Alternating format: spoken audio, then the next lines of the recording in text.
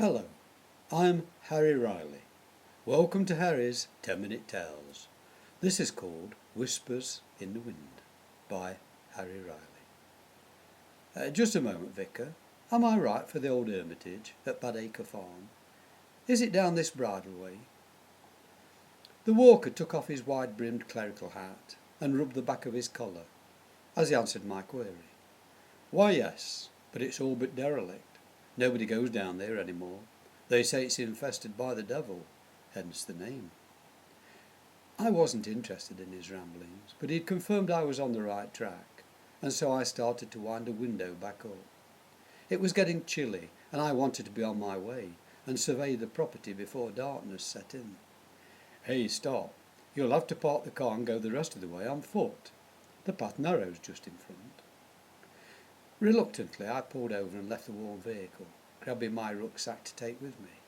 I could see what it meant, though, as rutted tarmac gave way to grassy track, edged with unkempt brambles.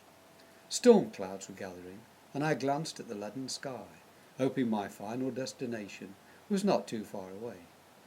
The clergyman grinned through broken teeth and waved his hand, saying I'd only another mile or so to go. Surprisingly, he offered to be my guide, as we had to leave the track and cross a field to get there. Gratefully I thanked him and joined him on foot. As we walked I studied the priest more closely. He was tall, middle-aged and sinewy, with wide shoulders, a thick neck and big bulging eyes, which made me think he possessed an overactive thyroid gland. He asked if I believed in good and evil, and said I should be careful if I planned to stay overnight, having taken note of my well-filled baggage. Why, yes, I've been invited to stay by a distant relative I never knew existed. He's getting old, has no descendants, and thought I might like the inheritance. Well, all I would say is to be careful. There are reputed hotspots of evil at the hermitage. Here, I'll give you this cross to protect you. Embarrassingly, he handed over a small silver cross and chain that I tucked into my trouser pocket and promptly forgot, stating I was not afraid to be alone. He went on to explain that my destination was an Acre yard.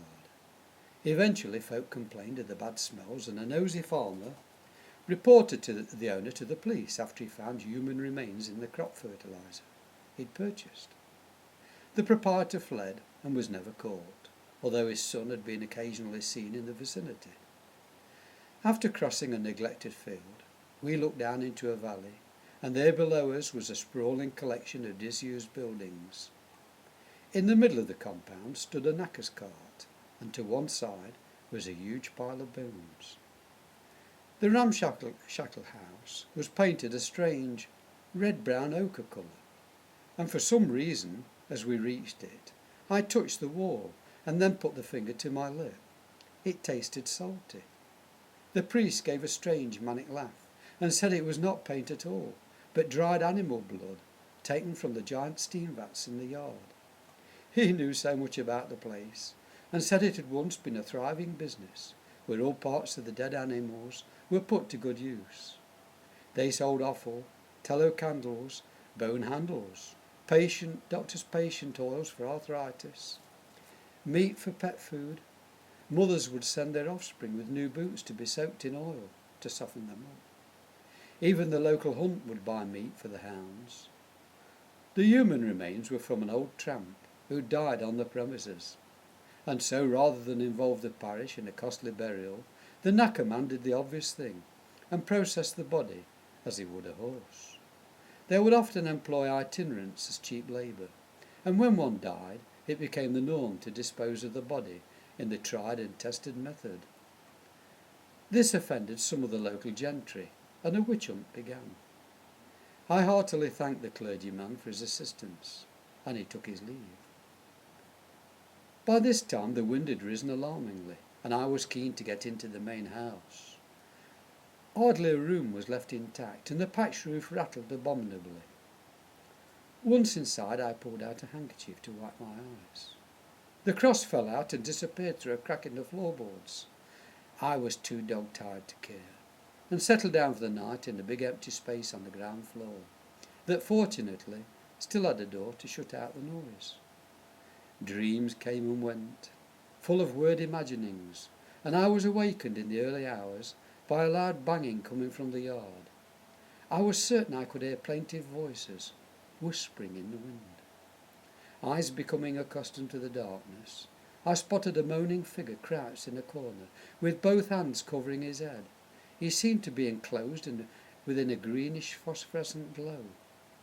With an almighty crash the door burst open, and framed in the moonlit gap was the bulging-eyed countenance of the vicar. Only this time he wore a blood-stained smock, and carried a long-handled pole-axe. The wretched figure in the corner glanced up and started to plead, "Help me! Help me! Somebody please help me!" It was only then that I recognised the voice as my own.